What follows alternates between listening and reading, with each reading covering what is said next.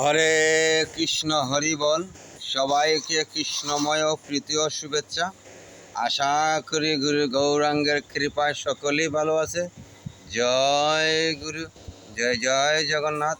শুরু করিতেছি জগন্নাথের নাম নিয়ে। জয় রাধে, জয় রাধে, জয় রাধে। ভগবান শ্রীকৃষ্ণ অর্জুনকে লক্ষ্য করে গীতায় বলেছেন, হে অর্জুন, তুমি যে প্রশ্নগুলা করেছো সে কথাগুলা যদি হৃদয়ঙ্গম করে, আমার উত্তর যদি কলিহত যে হৃদয়ঙ্গম করে, তাহলে তা মনুষ্য জনম ধন্য হয়ে যাবে, অথচ আমার দামে চলে আসবে। সেই কথা থেকে আমরা একটু আস্বাদন করি হরি কথা। জয় রাধে। ভগবান শ্রীকৃষ্ণ অর্জুনকে লক্ষ্য করে বলে, শ্রীকৃষ্ণ অর্জুন সংবাদ।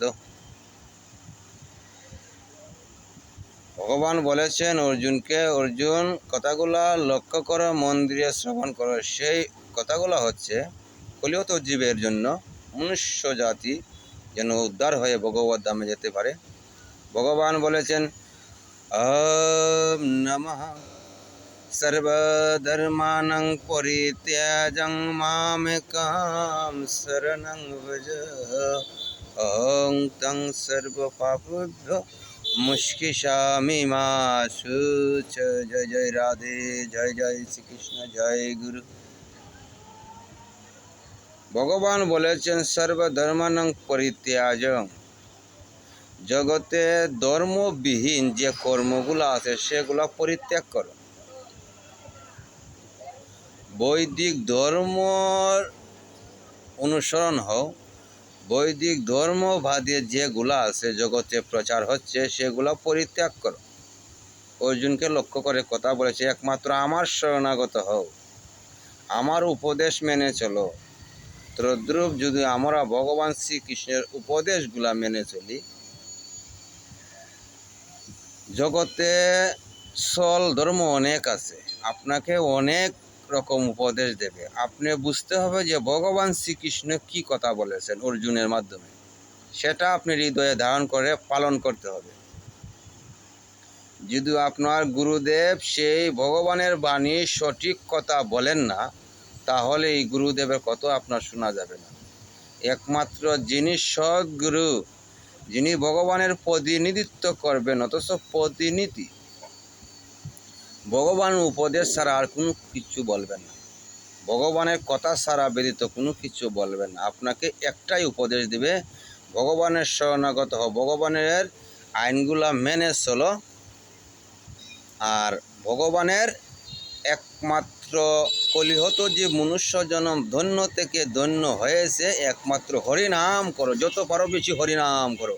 হরে কৃষ্ণ কৃষ্ণ কৃষ্ণ হরে হরে, হরে রাম রাম রাম হরে হরে।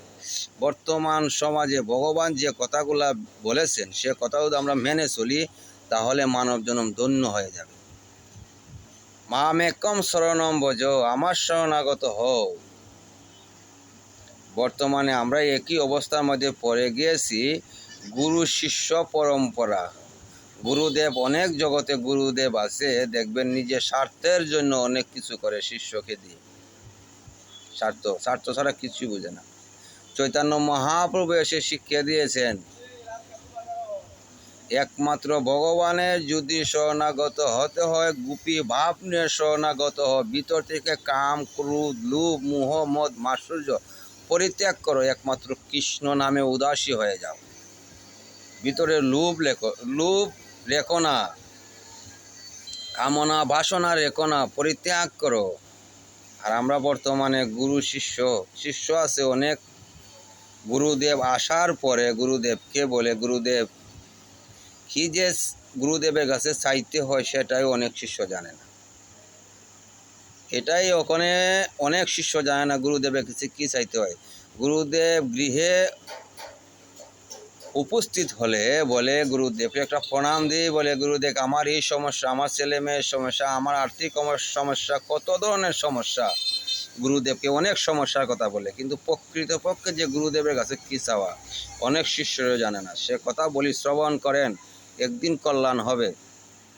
জগতে কেউই থাকবো না, আমিও থাকবো না। যদি আমার কথা আপনাদের ভালো লাগে তো ভগবানের কাছে একটু আশীর্বাদ করে যেন ভগবানে অন্তিম সময় আসলে পরে ভগবানের শ্রীচরণে যেন আমাকে স্নান দেন। হরি বল।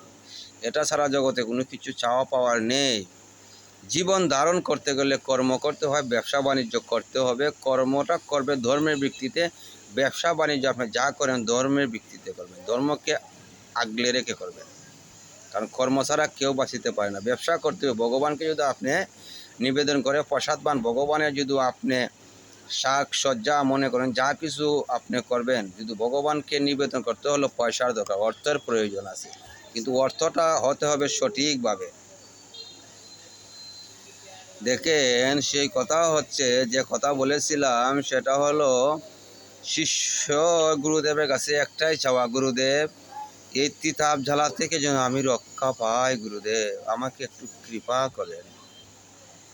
এই তিতাব জ্বালা যেখানে যেন আমি রক্ষা পাই, মনুষ্য জন্ম ধন্য যেন করতে পারি ভগবানের সেবা অর্চনার মাধ্যমে, আমাকে এই কৃপা করেন। এটা হচ্ছে শিষ্যের চাওয়া গুরুদেবের কাছে।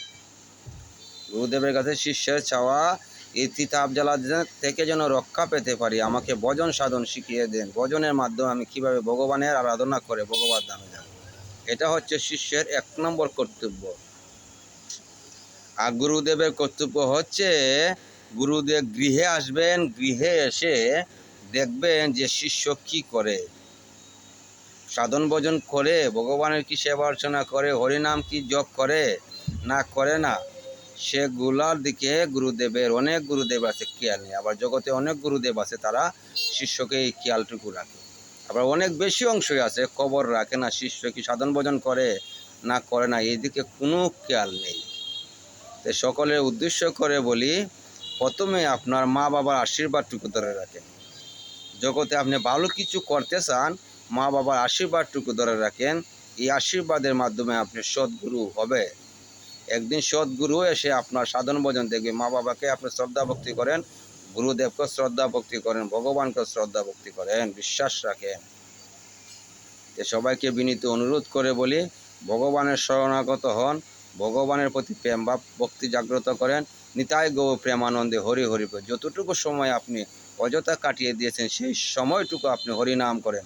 হরে কৃষ্ণ কৃষ্ণ কৃষ্ণ হরে হরে, হরে রাম রাম রাম হরে হরে, হরে কৃষ্ণ কৃষ্ণ কৃষ্ণ হরে হরে, হরে রাম রাম রাম হরে হরে। হরি হরি বল।